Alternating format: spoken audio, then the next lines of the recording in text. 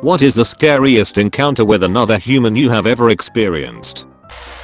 Once, whilst getting stoned with mates in a graveyard at about 16 to 17, my friend's little brother was suddenly accosted by an absolute giant of a man and a pair of his cronies. We had seen them coming, but didn't expect any violence. He grabbed my mate's brother in a headlock and said we are gonna go shave his head. I'll add that we were all the typical long-haired, black denim and Pantera t-shirt spotting types. Getting verbally and occasionally physically abused was kinda standard.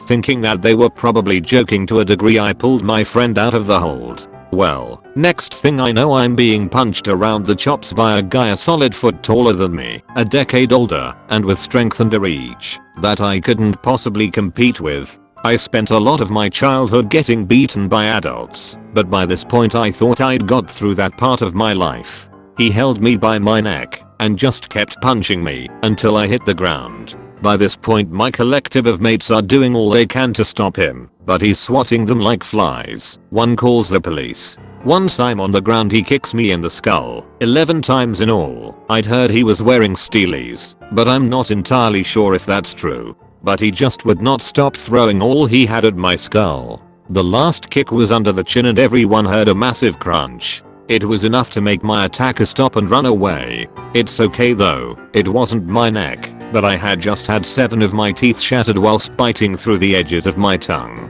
Was left with a dodgy eye, memory and spine. Still get weird headaches since then too, but I got off lucky. Because I don't bruise, the hospital kinda dismissed me upon arrival and I then had to go give a statement. It was over time that a lot of the more frustrating issues became apparent. They caught the bloke. He had to pay me £120 towards dental bills. But most importantly my friends were all fine. I've been getting my ass kicked by people for years, so I'm happy it was me and not them. I've just no idea why he was so determined to seemingly kill me. He died a couple of years back now. Good riddance.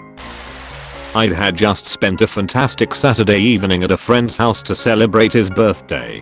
Beer begat beer, and then somehow single malt whiskey pushed its way into the party. I left his house at about 12:30 am and caught a tram home. The tram was crowded enough that I needed to stand near the door. Sometime around halfway home the tram stopped at a station, and I looked up from the book I was reading to see some enraged guy charging across the tracks, yelling as he came towards me. Because my blood was somewhere around 20% Scotch, it took me a while to realize that he was running across the tracks towards me specifically. I heard him yell. I saw his saliva splatter on the tram door. He punched the tram door twice, really hard. Thankfully the tram doors do not open on the other side while it is stopped at the station. As the tram began to depart he still held on for a few seconds while some of the other folks on the tram, safe in the knowledge he couldn't get in, started to tease him. Incidentally, they called him a prawn, which was not an insult I'd heard before.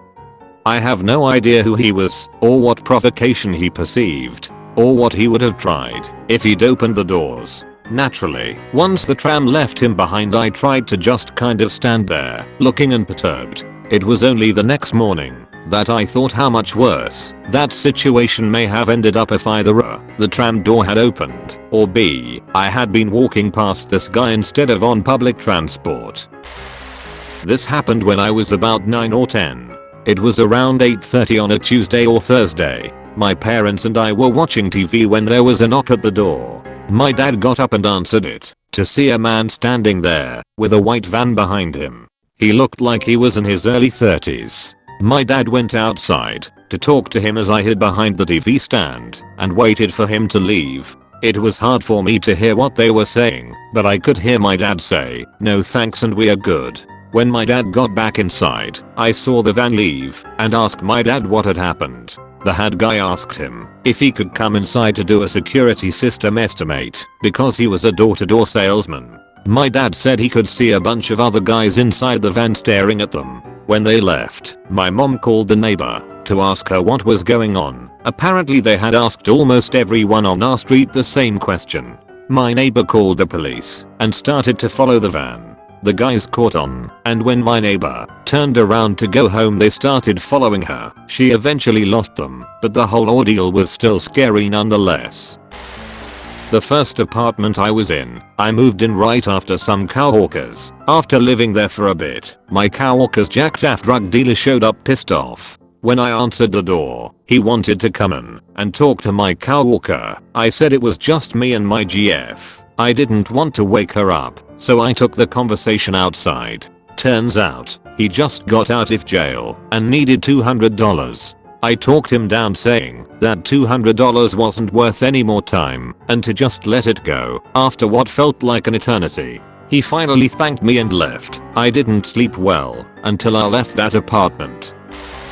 I used to work as a cashier in a Middle Eastern restaurant and we'd get a lot of interesting people coming in.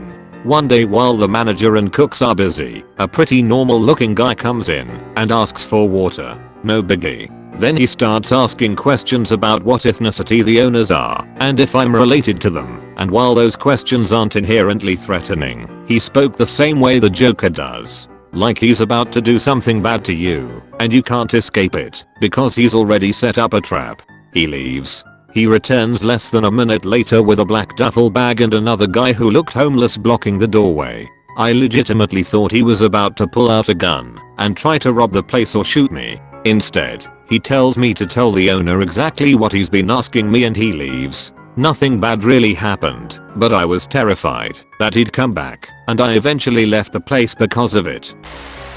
My cousin who was like 14 was babysitting us, 9-year-old me, 4-year-old brother. Her dad called coming down from I wanna say crack, heroin, IDK something real bad. He called and screamed at her to tell him where her piggy bank was. She told him to fuck off and hung up. He called back, she didn't pick up, and he left a voice message which played as he was leaving it saying basically he was gonna come down there and fucking murder all of us with a knife. He was gonna come down there and fucking kill us all.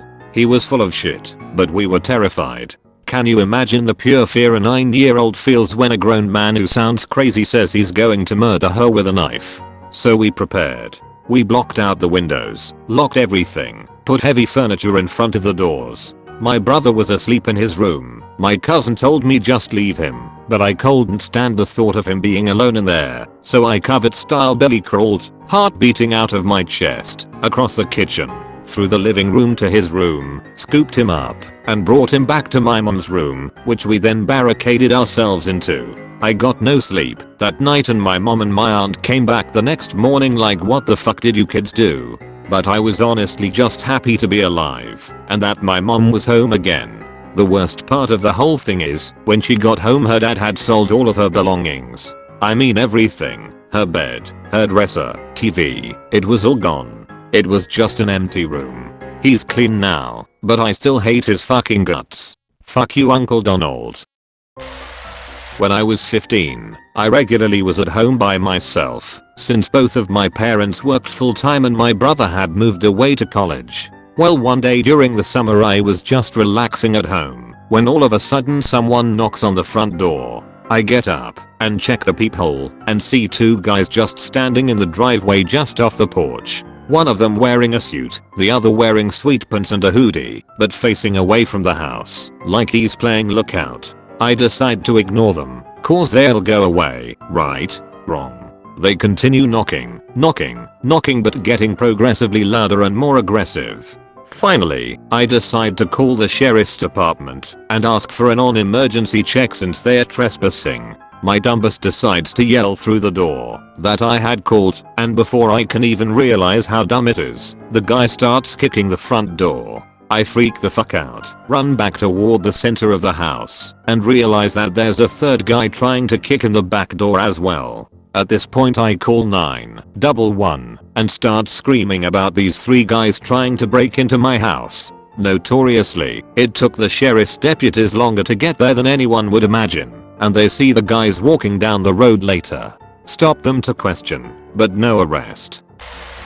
I was driving through a somewhat rough neighborhood at night, late after a movie, and while sitting at a light we saw this guy in a beat up car take a bump of cocaine next to us. We make eye contact. As the light turns green he merges behind us and then proceeds to follow us around flashing his lights and honking his horn for several blocks. We pull up to another red light, he pulls up next to us yelling at us to roll down the window. Turns out he just wanted to let us know we had a tail light out and then drove away.